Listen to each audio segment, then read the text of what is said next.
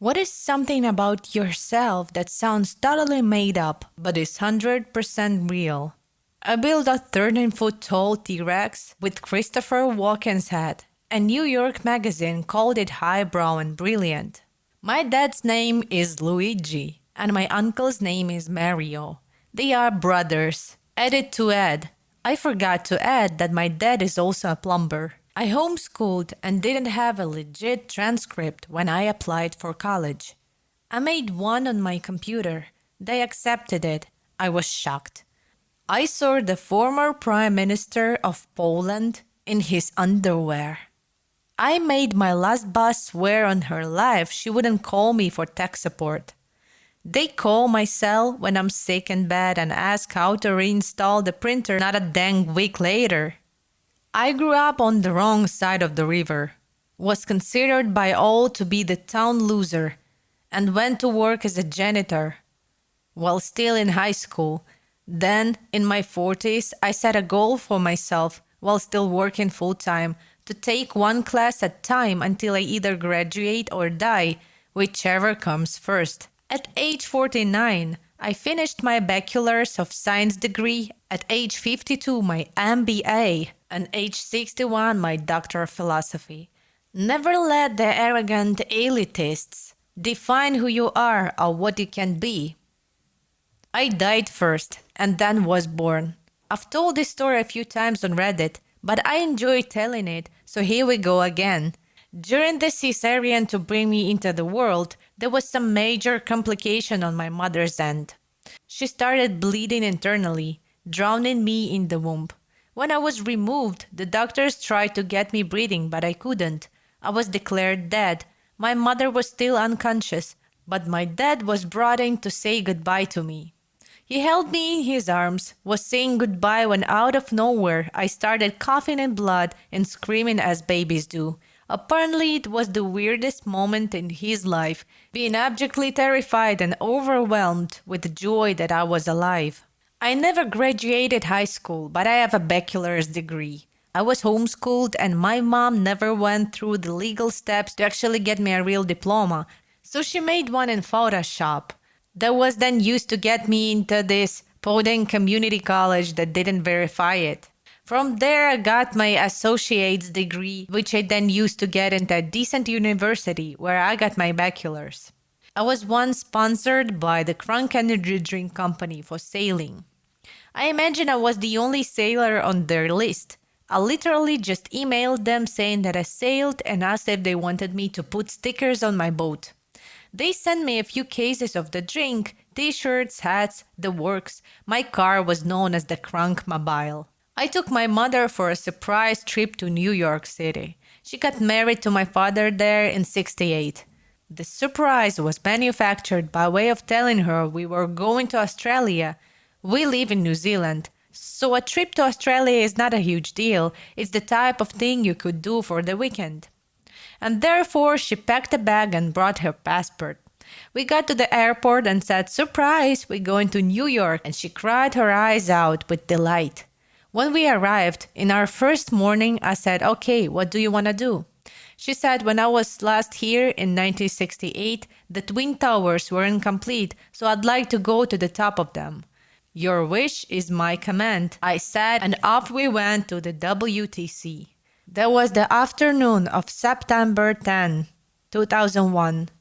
Suffice it to say, there was a particular poignancy when we looked out the window at around 8 a.m. the next morning. Spooky. Anyone who was there at the time will remember three things that might not be obvious to anyone who wasn't. 1. The smell. Everything smelled if burning for a full week. 2. The F-16s in the air and law enforcement with automatic rifles everywhere. 3. The missing posters. The last of these I will never forget. It was heartbreaking. Every available surface was covered in missing posters. It brings a lump to my throat thinking about even now. As a native New Yorker, you described it so exactly. The only thing you've left out was desperately trying to contact everyone we knew to make sure they were okay, and trying to do a head count of our extended network, whose cousin's wife was downtown that day, which friend's niece and fiancé was a first responder on duty. The waiting was agonizing, and hearing that call in waiting signal was awful. My dad worked for the MTA his entire career, and I remember that he didn't come home that night or the next. We had no idea where he was because all transit supervisors had to work doubles and triples to support first responders. Hearing him come through the front door is probably the best sound I've ever heard in my life to this day. Wish you could see my chills. Once in college, I applied for a job at the library help desk. I figured I would help people find books. Didn't give it much more thought than that. During the interview, I aced all of the customer service questions. Then they asked me whether I knew how to defrag a hard drive. Cue alarm bells in my head. But I kept calm outwardly and said no, but you can teach me. I worked in IT for 3 years by accident. They were too nice to fire me. It's always the printers that get you. You can be a 55-year-old CTO, but when the CEO's printer stops working, you're the one who has to open it up and pretend like anyone knows how to fix a printer. So how did that play out? I found out my father wasn't my biological father in 10th grade biology class. We were learning about blood types and traits. I raised my hand thinking I was a smartass. Your chart isn't accurate. My dad has AB negative and I'm O positive. My teacher said, I think your mom has some explaining to do. And we all chuckled. Turned out he was not my father. I came home and laughed about it to my mom. Went to a friend's house and got home around 8 p.m. When I got home, my mom was waiting for me. My mom had a stack of pictures on the foot of my bed and told me, that's your real father.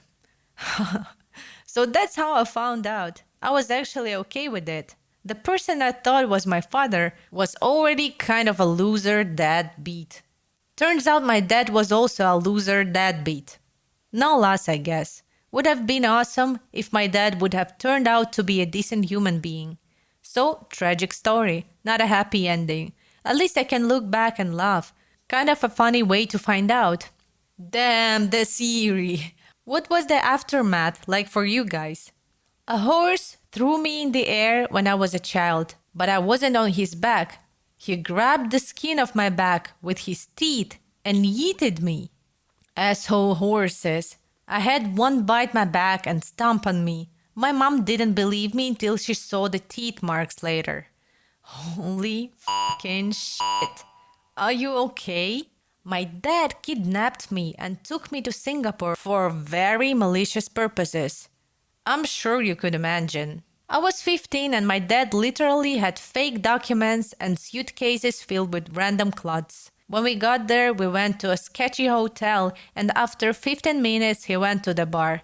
A bit after that, some guy just walks in.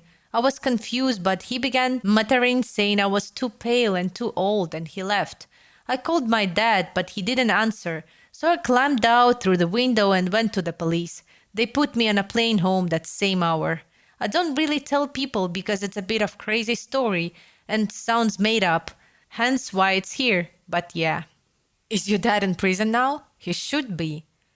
Unfortunately not, but he's been charged with something. I'm not allowed to know because I'm not 18, which is bullshit.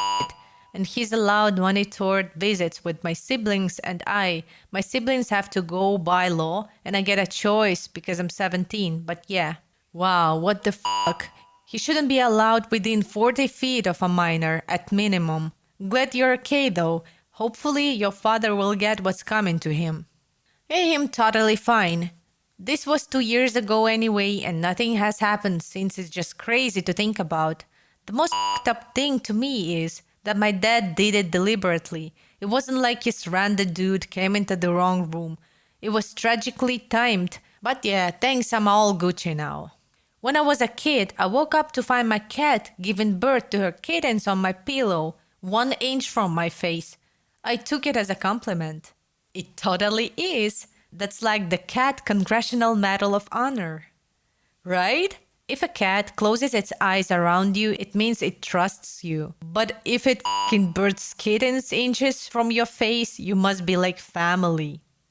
That's so sweet. Must mean she really trusted you. My cat went into labor at 4 in the morning when I was in high school. She had licked my leg until I woke up and followed her to her nest so that I could be there and comfort her while she had her 3 beautiful kittens.